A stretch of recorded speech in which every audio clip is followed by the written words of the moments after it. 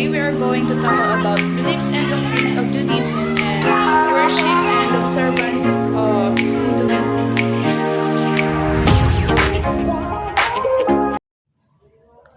Lesson 1: Beliefs and Doctrines of Judaism.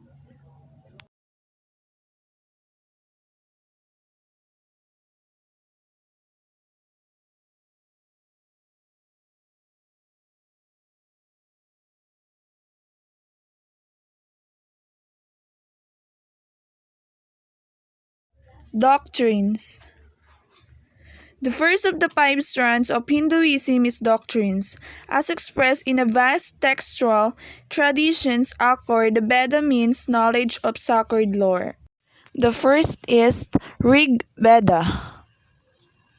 Rig Veda, the most important and oldest book, are collections of over 1,000 hymns and more than 1,000 verses dictated to pantheon of gods. Second is Sama Veda, is the knowledge of chants. The third is Yajur Veda, is the knowledge of rites, the collection of verses from the hymns recited by priests during sacrifices. And the fourth is Atharva Veda, is the knowledge given by the sage. Each Vedas consists of four main parts, which are the following. First is mantras, are the hymns and chants praising God.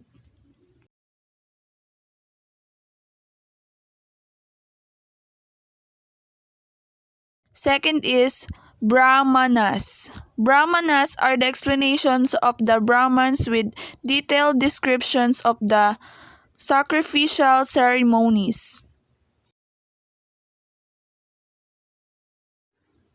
The third is Aranyakas. Aranyakas are the meditations that explicate their meaning. The fourth is Upanishads, or the secret teaching transcend rituals to elucidate the nature of the universe and human connectiveness to it is also called Vedanta. Underline the Brown 1987. The oldest core of Hindu. The oldest core of Hindu religious utterance and organized through the centuries primarily by members of the learned Brahman class. Members of the learned Brahman class, here several characteristics tensions appear. One concerns the relationship between the divine and the world. Another tensions concerns the disparity between the world preserving ideal of dharma and that of moksha, release from an inherently flawed world.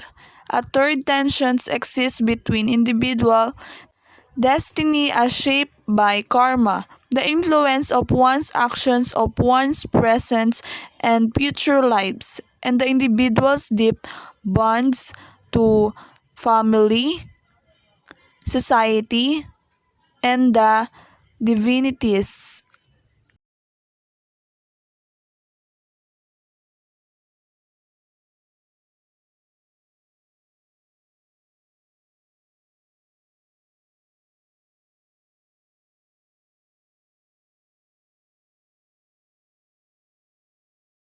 Another dimension drawing Hindus into a single community of discourse is narrative. For at least 2 millennial people in almost all corners of India and now well beyond have responded to story of divine play and of interactions between gods and humans. Let's move on and talk about beliefs and doctrines. Beliefs and doctrines. The Hindu faith offers its followers many paths to salvation. Their devotions to Trimurti, the triumvirate, that consists of three gods responsible for creation and destruction of all. First is Brahma. Brahma is widely respected and recognized as the creator of the universe. His chief consort is Saraswati. Saraswati, the goddess of the science and wisdom.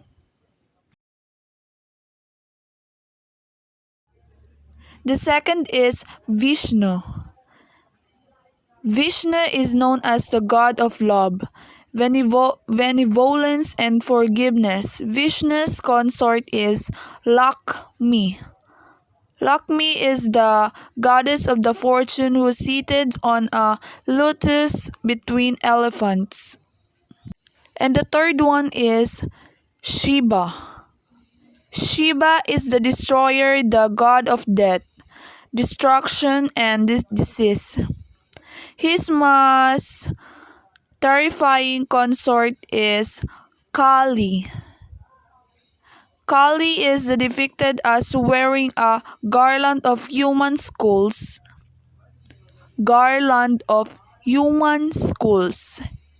tearing the flesh of sacrificed victims and drinking blood. Every human is an internal soul that is being reborn by many times and in various forms in accordance to moral law. The particular liberations can be achieved through the four yogas that involves a system of practices aims in producing spiritual enlightenment.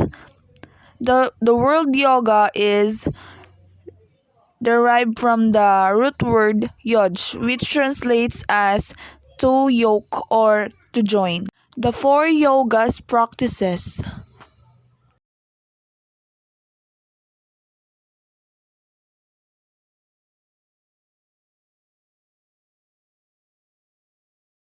The first is Jnana Yoga. Jnana Yoga is the way of knowledge, the path of knowledge, wisdom, introspections, and contemplations.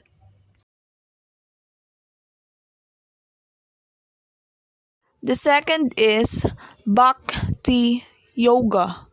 Bhakti Yoga, the way of love, the path of devotion, emotion, love, compassion, and service to God and others.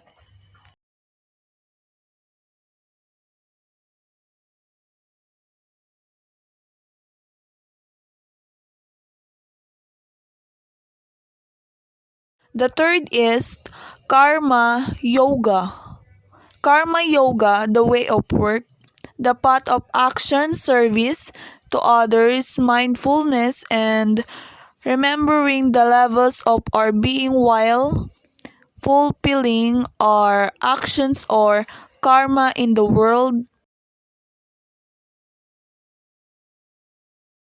Raha Yoga. Raha Yoga, the way to meditation. The path of meditation that directly deals with the encountering and transcending thoughts of mind.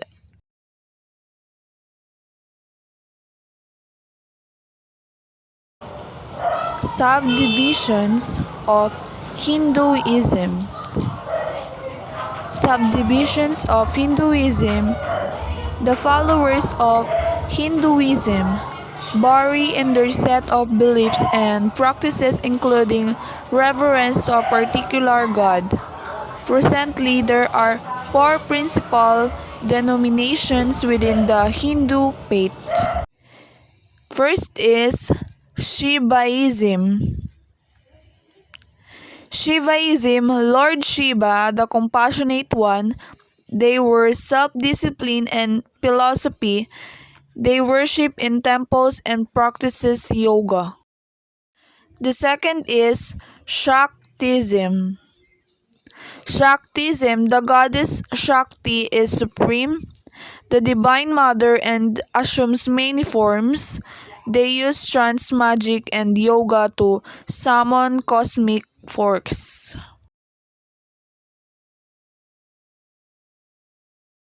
The third is Vaishnavism. Vaishnavism, their lord is Vishnu, the incarnation of Krishna and Rama. Adherents have multitudes of saints, temples, and sacred texts. The fourth is Smartism.